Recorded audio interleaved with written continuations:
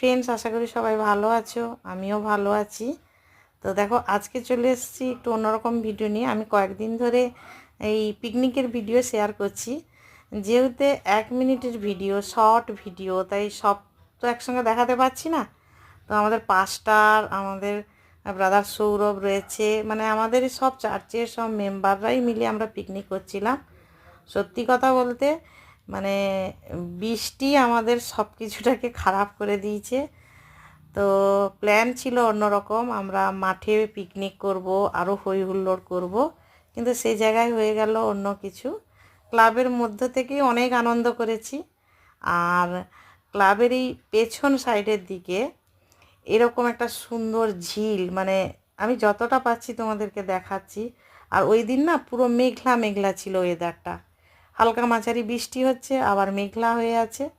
তো যাই হোক, শেয়ার করলাম, ভালো লাগলে